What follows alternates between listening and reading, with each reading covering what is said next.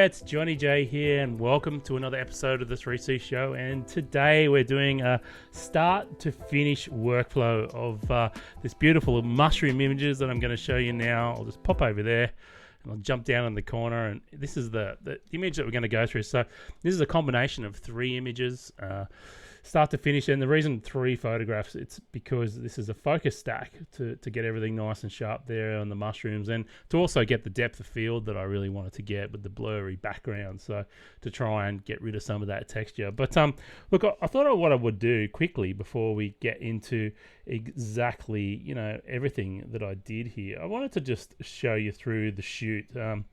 Basically the mushrooms, I'm going to go back and forth through few photographs so you can see how big the mushrooms were.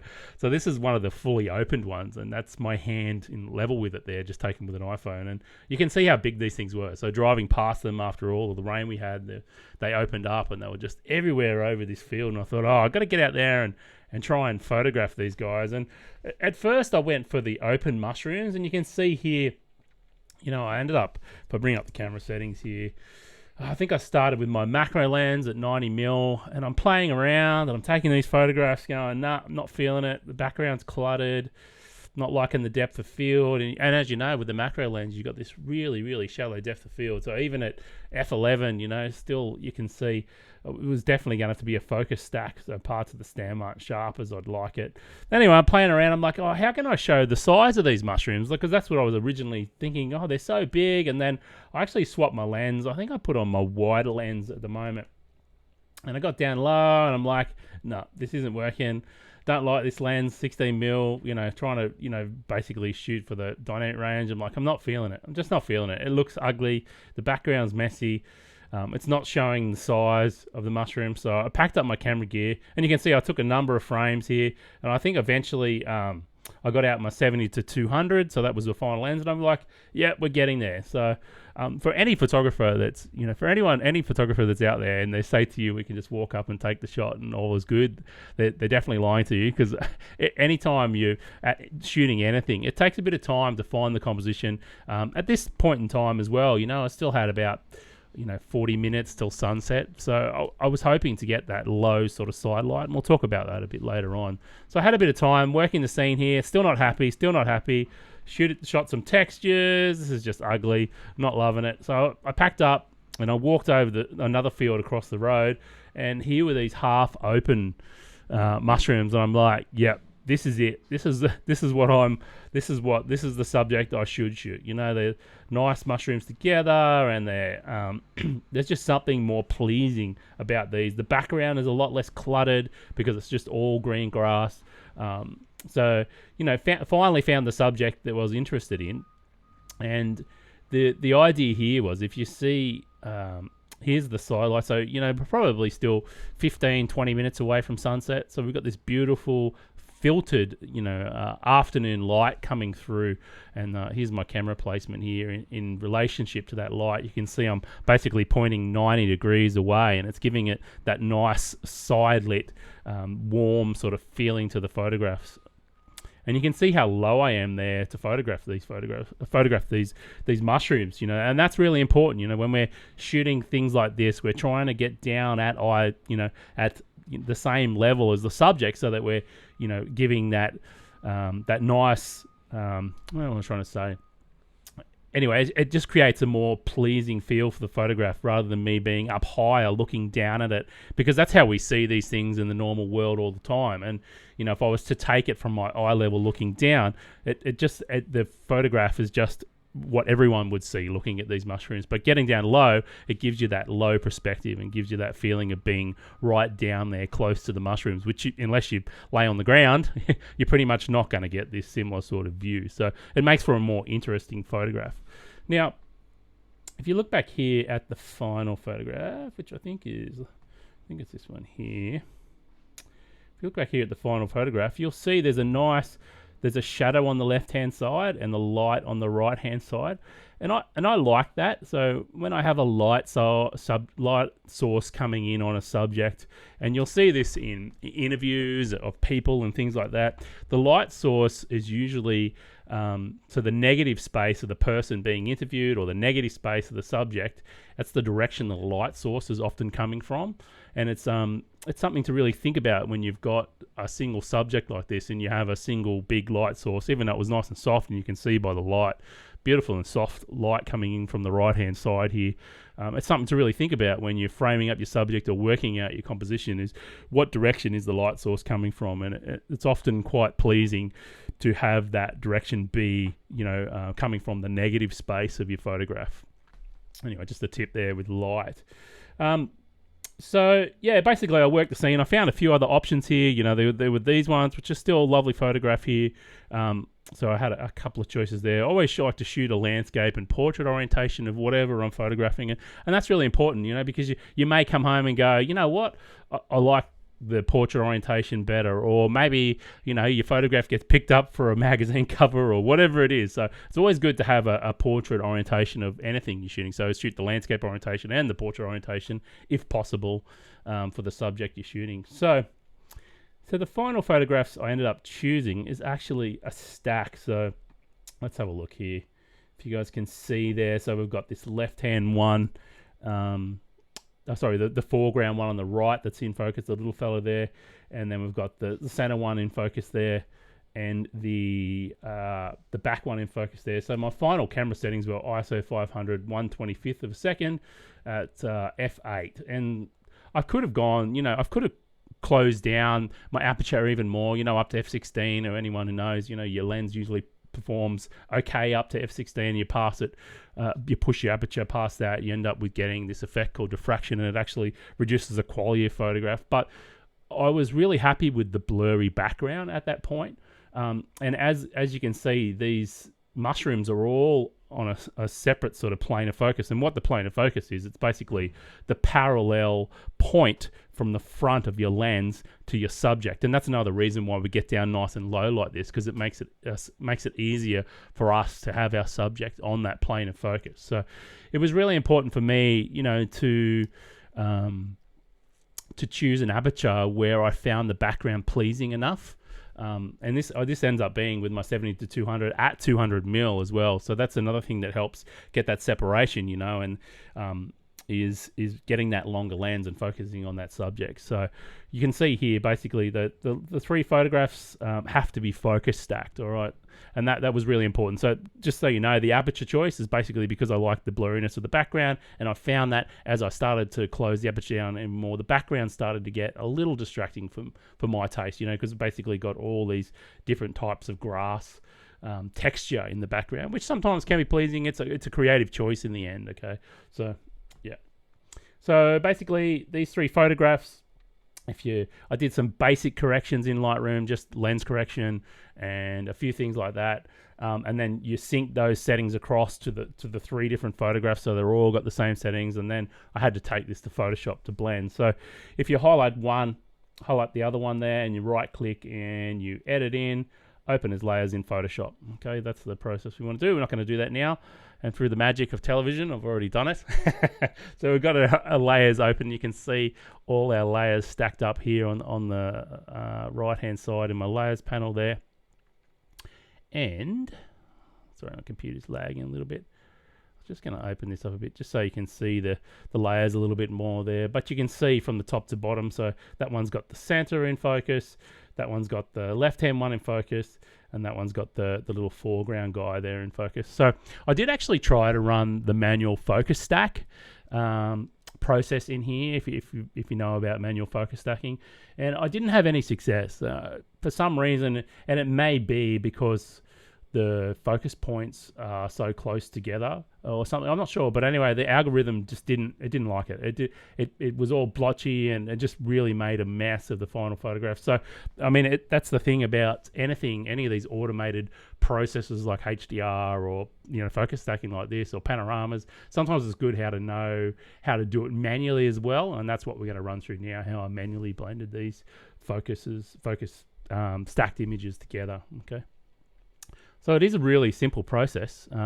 All we need to do is put a mask on this layer and hit Command-I or Control-I if you're on a Mac. And I just want to invert that mask to a black mask. And what that's doing, it's hiding that layer now. So that's actually the back layer we can see now. That mask there has been hiding this layer. And we want to do the exact same thing on the top one as well. So we want to add, not that. So my computer's lagging a little bit with everything going on. So we're going to add that and then Command I. So basically what we've done, we've hid these two top layers now, and we're basically just going to focus stack these images in. So I'm just going to right click, and I forgot which level. You could write, you could change the names of these photographs so you know which one's actually in focus, because now I've hidden them. So I forget which one it is. So disable layer mask, and you can see this one's the back one. Okay, so we're going to enable layer mask there. Make sure we're on that. We're going to hit the B key or go to the brush tool there. We're also going to make sure that we're painting on white, 100% opacity, and the flow. I usually like to turn it down, the flow. So you can see it takes me a few paint strokes to bring through that texture. So I'm just going to paint on here like this. And you can see, which is interesting, at this point, you can see actually when I start to paint on the stem here, that is slightly out of focus, and the original photograph, which is closer to this little stem here, is actually sharper. So that's something to take note of. Just because I focused this image that I'm blending in over here, the first one that I took has actually made that stem sharper. It's on the same plane of focus. So that's something to take note of when you're blending these together, or blending anything together manually, is knowing that you may have an area where you want to pull the focus from the original image or another image further on. So if we have a look at that, let's have a look. So it should be, my computer's just catching up there. Give me 2 seconds. Oh, I'm painting black. For some reason my computer is not liking streaming and Photoshop and Discord and everything going on at once. But anyway, you get the idea. Cool. So that one's in. You can see once that catches up now, you can see we've added that one in. So this guy here is in focus, and now this guy's in focus as well. So let's go up to our top layer here, and we're just going to do the same thing. And you can see that through the magic of blending layers, that fly was in the wrong spot. So just going to blend, and you just want to be careful. Nice feathered brush. You just want to be careful not to go over your other subject there too much. And I'm just going to work this down the stem. Boom. That's good enough. Obviously, you take a little bit more time than I just did then. But now, as simple as that, we've got our 3 subjects stacked together in a final image that we can now go and clean up. So there's a couple of errors I found that I've actually cleaned up in this, and I think I've got my other tool on here. And you can see there's that I removed. There's actually a little spider web there I removed. You can see, so these are all the stuff I did in Photoshop now. I've blended them together. This here, that there's distracting. There's a black thing here, little black dot, little black dot. There's also this here. That's a distracting element in the background as well. So I think I actually did crop a little bit, so that corner gets cropped out in the final edit anyway. There's actually a little bit of a shed back there that I couldn't get out of the frame any further, so I ended up cropping that out. And I think I may have even did a little cleanup with a couple of these little dead things around here, but that's, we're starting to split hairs when we're talking about little things like that. But that there is definitely a distracting element. So I did clean those final things up in Photoshop. Then it was just a matter of saving it back into Lightroom. And then we got our final photograph. So let's have a look. So here's what we got. So let's just go into the develop module, and I'll just run you through the last couple of things that I actually did here to finalize this photograph in Lightroom. If you have a look at the before and after, so that's the before, that's the after. So a few things I did. I warmed it up. You can see I've definitely cropped it down there a little bit. I'll just move this information. But I went through and did a few little things, I'll just bring this panel out so I can turn these on and off. So I made a custom vignette with the radial filter, which is a really, really cool technique. You're able to go in and add a radial filter to your subject and, add a custom sort of vignette. Because the subject's off to the side and it's quite close to the top, the built-in vignette tool often doesn't do the greatest job. So, you have a bit more power over that, being able to do things like that with a custom radial filter, which I think is really, really powerful. You can see, I think I did some dodging and burning down here. I can't remember what that layer was for. But anyway, I think I turned the contrast off on the foreground. So you really want your subject to be the thing that stands out. So this level here is actually painted texture. There's texture being painted on there. And texture, if you think of texture versus clarity, texture and clarity, they work really, really nicely. So clarity is great for, bigger textures in your frame. That makes sense, doesn't it? But the bigger texture in your frame works great with clarity. So anything medium to large and anything small like these little things works great with texture. So I painted a bit of texture on there. And just basically, a few little finishing moves. I think I did a little bit of dodging and burning there with the shadows. You can barely see it. It's hard to see on the video, but basically tried to intensify the shadows on the left-hand side. While I wanted to keep the light nice and soft, it was important for me to try and give the frame, my subject, a little bit more dimension. Having that side light just adds something kind of special to the final photograph. So, and I think without it, this wouldn't be as pleasing as what it is. So compositionally, I should have mentioned that a bit earlier. We probably could have talked about composition a little bit earlier, but I'll finish off on my thoughts around composition. So, you can see I started off with those images of that big mushroom, and that was a totally epic fail. And every time I took a photo, I'm just like, you're not feeling it. And usually the best thing to do when you're out there scouting and trying to work out is just keep working the scene. Try different. You can see I started off with a macro thing, and that was the thing. I went to a wide to try and take in more of the mushroom and make it look bigger. And I was like, no, it's not working. So got my 70-200 out, and I was more pleased with that photograph because it's such a big subject, and I had more depth of field even at f8. Than my macro lens, and I was more pleasing with the shots I was getting, but it still wasn't happy with the subject. So, scouting around till you find something you're pleased. And once you get onto that, you can see I took a load more photographs of these type of mushrooms that weren't fully open because they were way more pleasing. And then, obviously that side light finally popped through, and I had my shot set up and was able to get the shot. So my thinking compositionally around this is it was important to have this gap. It was important for this little mushroom because to me, I love this little mushroom. Even though this is the bigger one, I just love the little one sitting here. I think it's super pleasing having this little guy underneath the big guy. So not only is it framed sort of around like this by this mushroom here, this gap here was really important. The other thing that was important to me too was the distance between these two guys. You can see I didn't really want this one to be either level across the top, so that was the height up and down. I had a bit to play with. I didn't want these two to be level, so adjusting my tripod height up and down allows me to get that movement while still maintaining this gap here between these two. But I also didn't want this guy to be out overtaking this one like this, so I didn't want it coming over. I wanted enough of this one in the frame to really get some sort of separation. So the curves, and you can see one thing that is nice. I think I just lost my tool there. Did I lose my tool? I'll just hit close. One thing that's nice is these curves are sort of symmetrical up into the corner. So they're on like a diagonal angle, these curves. And I really like that. And that's really pleasing to me. So, if these curves had been like this and in more in line with each other, it's not as pleasing. Things that are diagonal through the frame often are more pleasing to the eye than things that run horizontal. So, that was another thought. While I wanted these 2 points not to be at the same height in the frame, I also wanted them to be, on an angle coming through the corner there. And this was these gaps here around this little guy were the most important thing. Everything else was a compromise in this frame. So a couple of things I did do to clean the subject. There was a couple of little bits of bark and sticks, and I think I removed a couple of bits of grass in the background. So don't be afraid to move a few little things in the frame. Obviously, when you're talking about small subjects like this, I'm not pulling down branches or trees or anything ridiculous like that ruining. It's just a bit of grass in a paddock. So I didn't feel bad about removing some bits and pieces there. So that was the thing about this composition is like I love the green. I love filling the frame with all this green background. I didn't mind these couple of little brown textures. Whenever we've got a blurred background like this, it's important, to remember the background is just as important as the main subject.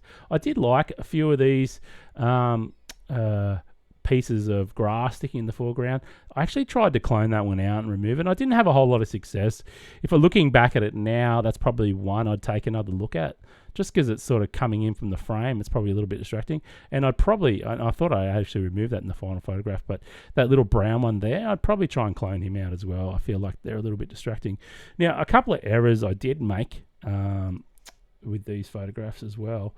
And you'll see here on the original one where this is sharp, you can see this grass here. You can see the grass. It's going to bring up my arrow. Yeah, you can see this grass intersecting the bottom of this. That's actually a mistake. So, and that brown one there as well, I actually took those out in Photoshop as well. So I really should have paid a little bit more attention to that foreground grass. That's actually a mistake. So I should have actually just pulled that over or pulled that little bit of grass out to make that clean. So that took me, probably 30 minutes in Photoshop trying to clone that out and get away the green color. So that was actually a mistake.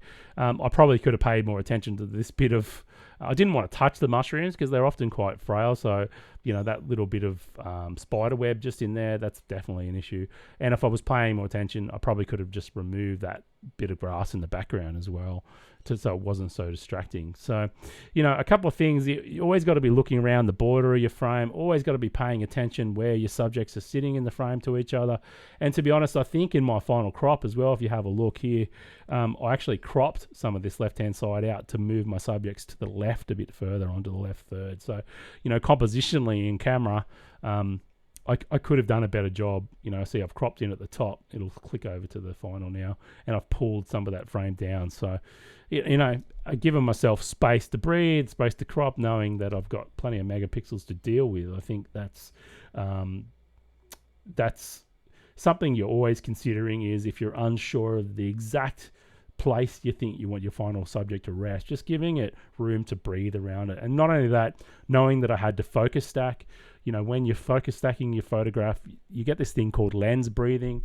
And basically all it is your lens zooms in and out a little bit. And what happens when you start to stack your photographs together, or you align them, because sometimes they're a little bit unaligned in Photoshop, you tend to have to crop in your edges a bit sometimes. So anytime you're focus stacking, just give yourself a little bit more breathing space, knowing that you may have to crop in post anyway.